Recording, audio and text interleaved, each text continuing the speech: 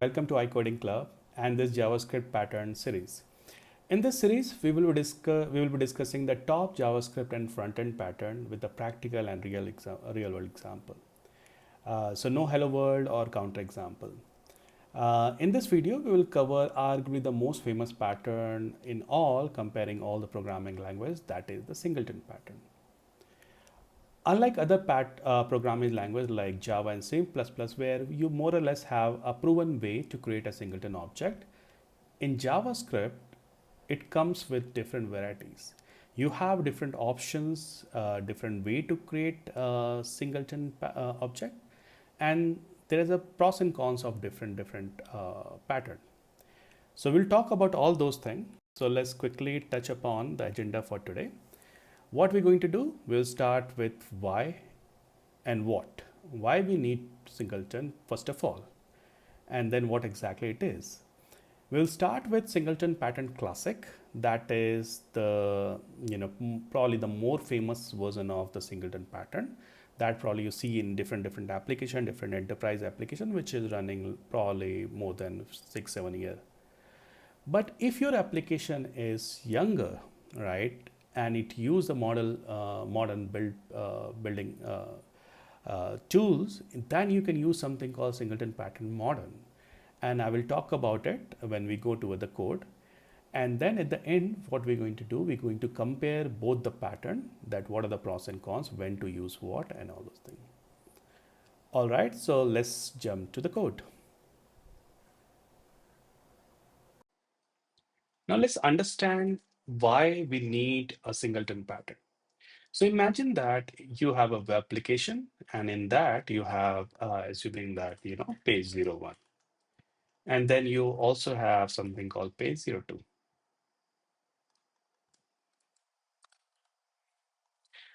These both pages, or the part of the application, it could be anything that will require something called, let's say, logger.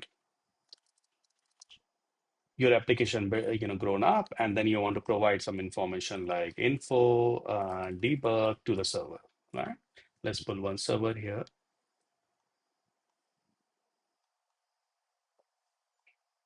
And this looks fine. Nothing special about it. You provide whatever the message you have into info and debug. But later on, you figure it out that probably, I want to have a single state on our application. We will call it like, log level.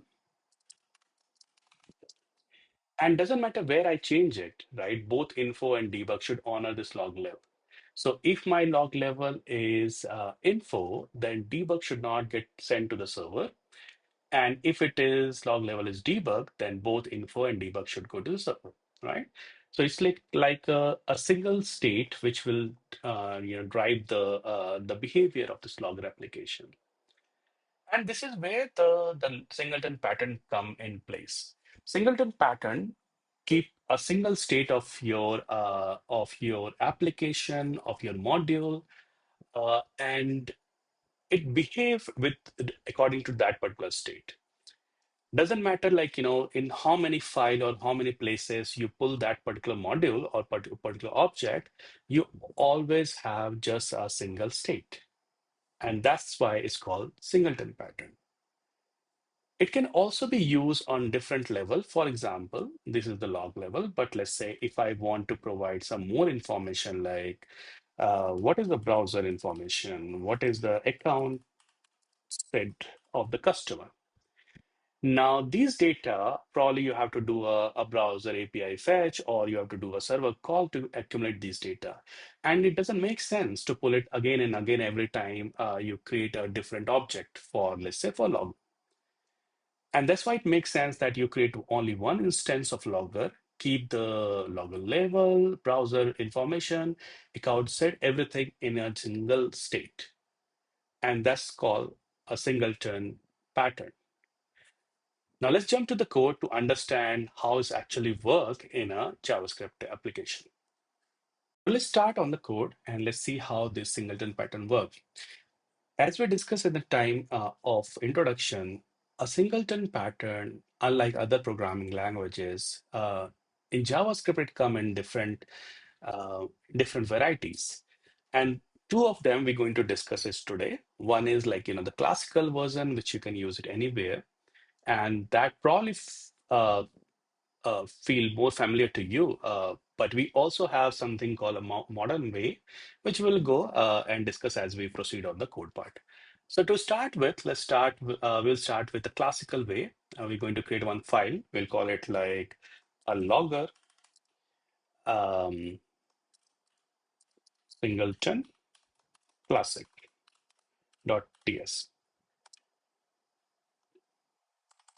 Now, what we're going to do, we're going to create a class.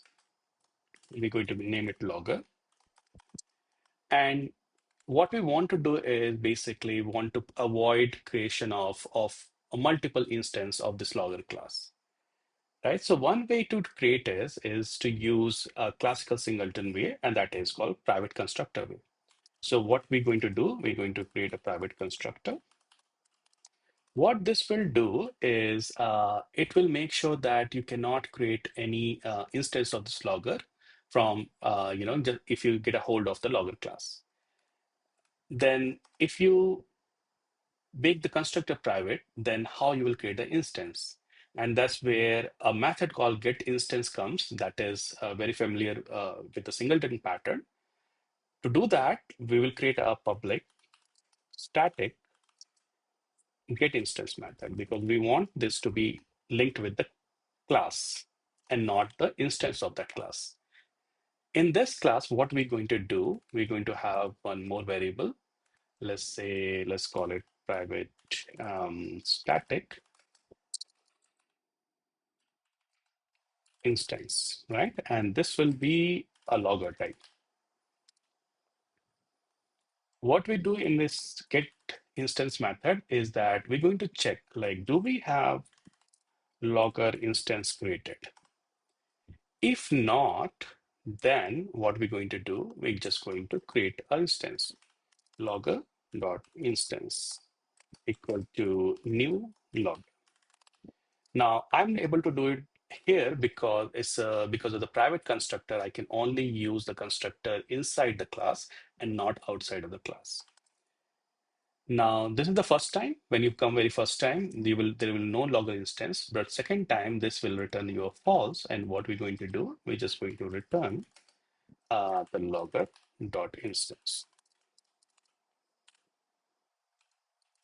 And that's it. That's all what you need to kind of make sure that there's only one instance available in your entire application. When you come very first time, when it get called very first time, this particular section will get called. We will create a new instance, and then we will just pass that particular instance. From next time onward, we're just going to pass the previously created instance.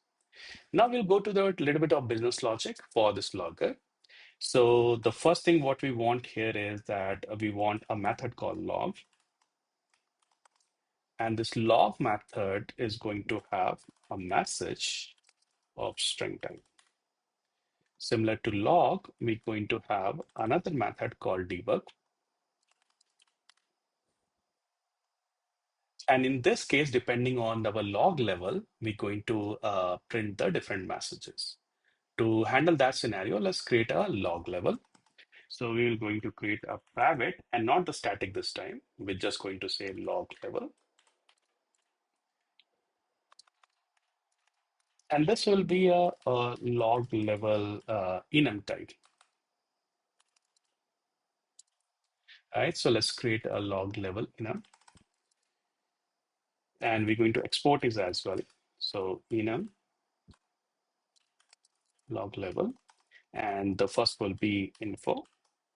And we will put the info value as 1. And then we're going to have the another one that is debug. Right. And why I'm putting the number, it will be clear in a second. So I have this log level, and the type of log level will be this. And I will have one public method. Let's mark it public. This would also be a public. And there will be another public method, set log level. This will take a level, which will be again a log level type.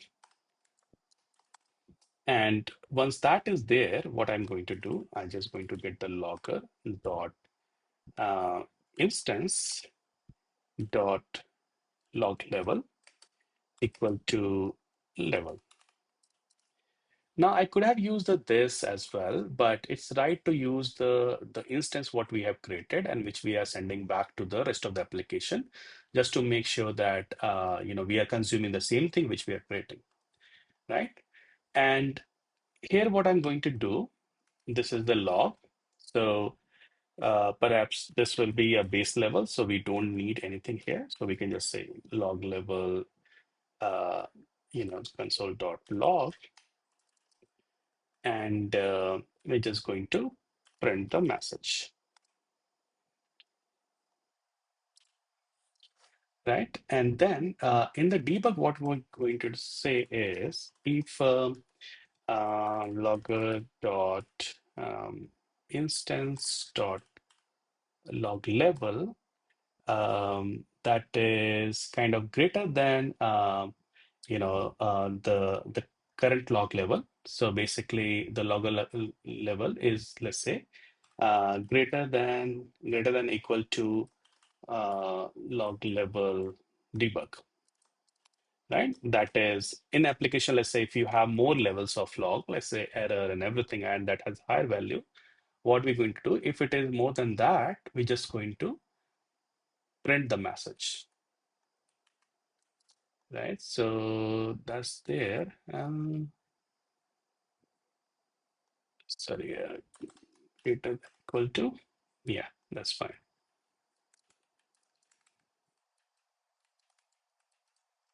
Let's format it once. So I think we have our most of the things put together. Now, if I want to consume this class into other application, what I'm going to do, I'm just going to say export. Now let's come to the our index file. We're going to put our test cases. So first of all, let's import this class. So dot slash log level classic, and we're going to pull our logger as well as log level.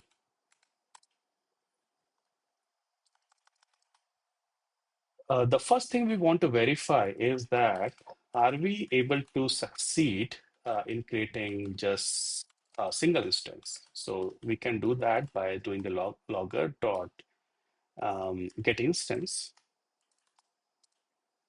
and we will create another instance. Let's call it two, right? And let's do say if both are really the same object or not. If that's true, then we want to print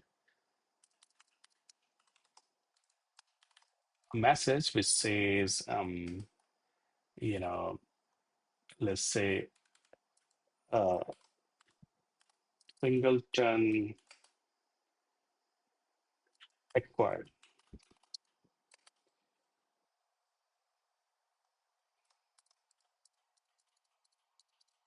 All right. So let's verify it till here. I just printing, and it's really both are a same object, logger level 01 and logger level 02. So we'll leave it as here. Now what we're going to do, we're just going to print few log messages to see that, can we utilize our singleton class in a right manner. So I'm just going to have logger level dot log, and I'm going to provide a message which says log 01. And same way, I'm going to have our log level debug put as debug 01. Now at this state, let me just go back here. So we have to initialize our log level with some default value. So what I'm going to do today, log level dot, um, you know, uh, it should be log actually. or rather it's actually should be info. So let me just change it to info.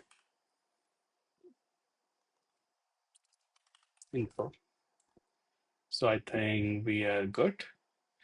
And just to be consistent, what I can do, I can put this check here as well, though it's not super necessary, but I think that will keep the code consistent. Probably like in future if we have the 0th level. So I'm just going to say info.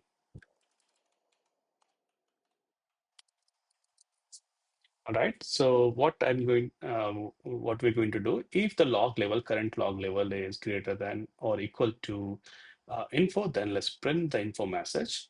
And same way for the debug, if it is greater than debug, then let's print as the debug message, right? So now let's make it info 01, debug 01.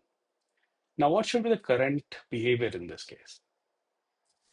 Current behavior is that log level is at the info level. Then this should get printed, but this should get ignored. So let's see, like, if we have achieved this much. And you can see that only what we are printing is info 01. Now, what I'm going to do at this level, I'm just going to change the debug level to set log level and going to convert it log level dot debug. Let's copy these two statements.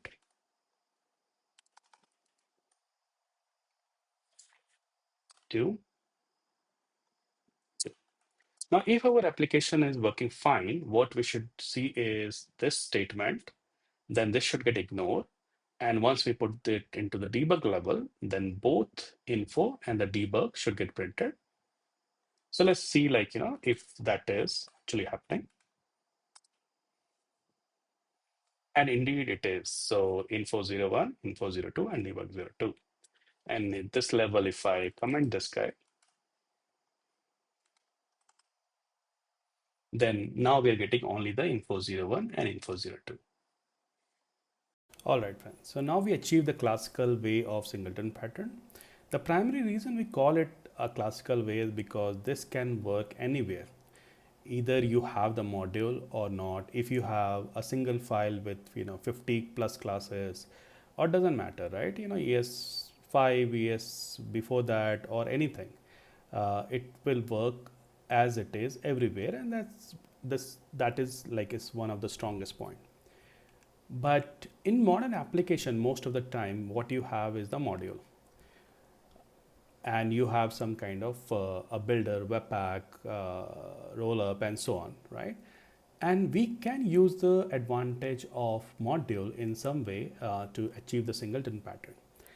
And the reason for that is that module in itself is out of box singleton, and that's concept we can use to minimize some of the code. So let's see how that works. What I'm going to do, I'm just going to duplicate this classical version of it, and now I'm going to call it modern, right? Let's come back to index and let's change to log level modern, and I can close the classic one. Now, what the best advantage we have here is that since we know that it's going to be a singleton closer, and it will be only loaded only once, we can utilize the fact that if we create an instance in this module, that also be get created only once, and if we return it, that will be the only instance available to throughout the application. Basically, what I'm trying to say here is that if I change this logger and say logger modern, I can actually minimize or remove all this code. I can actually even remove the private constructor. I can also remove this logger, all those things, and just keep it like a single simple class. And in place of utilizing the get instance method, what I can do, I can say logger, and let's call it logger because we're going to return it, and we're just going to create a new logger So a simple, logger modern. So it will be more like, a single simple class. And in place of using this instances, I can just kind of go back and just use what is expected here. That is this. I can have just replace everything with this, and I can export my logger at the bottom. So I guess we don't need this guy, right? So this is much more cleaner, and believe me, this work exactly like the way the classic work, and we're just going to verify it now. So the first thing what we can do is that in place of getting the instance, I can just remove all these get instances,